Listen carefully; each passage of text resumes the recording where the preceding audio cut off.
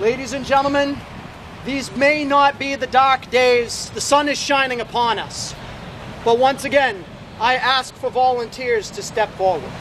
Human events, it becomes necessary for one people to dissolve the political bands which have connected them with another, and to assume among the powers of the earth the separate and equal station to which the laws of nature and nature's God entitle them. A decent respect to the opinions of mankind requires that they should declare the causes which impel them to the separation.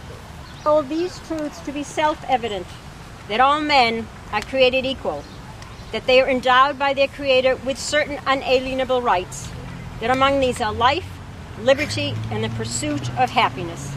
That to secure these rights, governments are instituted among men, deriving their just powers from the consent of the governed.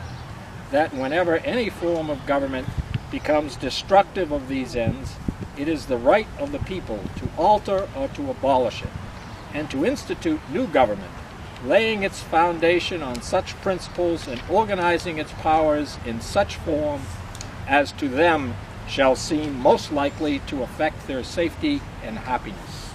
Prudence, indeed, will dictate that governments long established should not be changed for light and transient causes, and accordingly all experience hath shown that mankind are more disposed to suffer while evils are sufferable than to right themselves by abolishing the forms to which they are accustomed.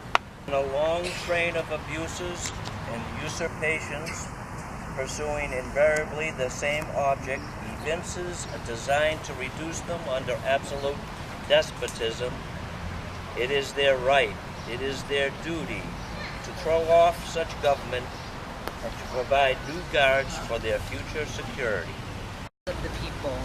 Well, he has refused for a long time, after such dissolutions, to cause others to be elected, whereby the legislative powers, incapable of annihilation, have returned to the people at large for their exercise, the state remaining in the meantime exposed to all the dangers of invasion from without and convulsions within. He has endeavored to prevent the population of these states, for that purpose obstructing the laws for naturalization of foreigners, refusing to pass others to encourage their migrations hither, and raising the condition of new appropriation of land. He has obstructed the administration of justice by refusing his assent to laws for establishing judiciary powers. He has made judges dependent on his will alone for the tenure of their offices and the amount and payment of their salaries. Erected a multitude of new offices and sent even swarms of officers to harass our people and eke out their substance. He has kept among us in times of peace standing armies without the consent of our legislatures. He has effected to render the military independent of and superior to civil power. He has combined with others to subject us to a foreign to our Constitution, and by our laws given his assent to acts of pretend legislation. For quartering large bodies of armed troops among us. For protecting them by a mock trial for punishments for any murders which they should commit on the inhabitants of these states. Trade with all parts of the world, for imposing taxes on us without our consent, for depriving us in many cases of the benefits of trial by jury.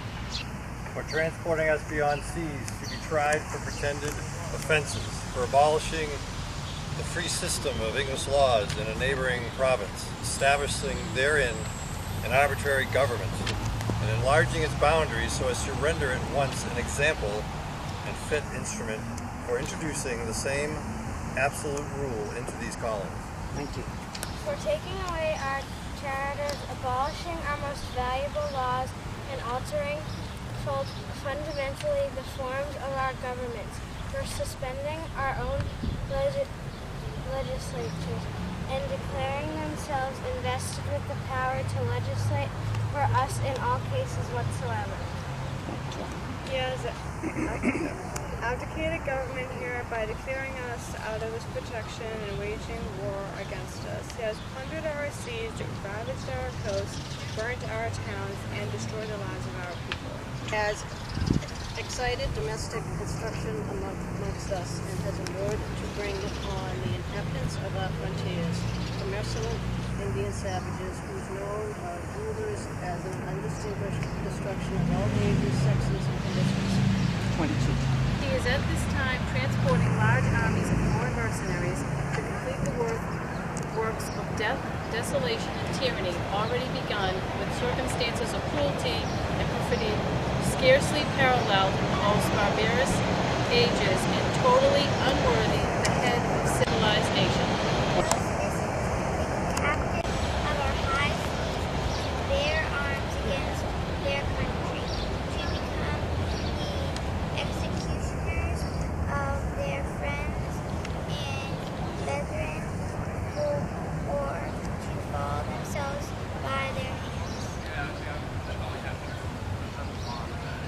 We have warned them from time to time of attempts by their legislature to extend an unwarrantable jurisdiction over us. In every stage of these oppressions, we have petitioned for redress in the most humble terms. Our repeated petitions have been answered only by repeated injury. A prince whose character is thus marked by every act which may define a tyrant is unfit to be the ruler of a free people. We must therefore acquiesce in the necessity which denounces our separation and hold them as we hold the rest of mankind, enemies in war and peace friends. We therefore, the representatives of the United States of America, in General Congress, assembled, appealing to the Supreme Judge of the world for the rectitude of our intentions, do, in the name and by the authority of the good people of these colonies, solemnly publish and declare that these united colonies are, and of right ought to be, free and independent states. That they are absolved from all allegiance to the British Crown, and that all political connection between them and the state of Great Britain is and ought to be totally dissolved, and that as free and independent states, they have full power to levy war, conclude peace, contract alliances, establish commerce, and to do all other acts and things which independent states may of right do. Of our emigration and settlement here, we have appealed to their native justice and magnanimity, and we have conjured them by the ties of our common kindred to disavow these usurpations, which would inevitably interrupt our connections and correspondence. We, a firm reliance on the protection of divine providence, we mutually pledge to each other our lives, our fortunes, and our sacred honor. And ladies and gentlemen, all 56 signers of this document followed through with that pledge. As Mr. Dickinson made clear in the Congress, there were 17 of these men who lost everything that they held dear. Some their families, some their homes, some their livelihoods. They all sacrificed so that not only their generation, but that our generations and generations to come can continue to live where our liberties are uninfringed. Ladies and gentlemen, this concludes the reading of the Declaration of Independence here this afternoon, and I thank you for sharing your voices to it.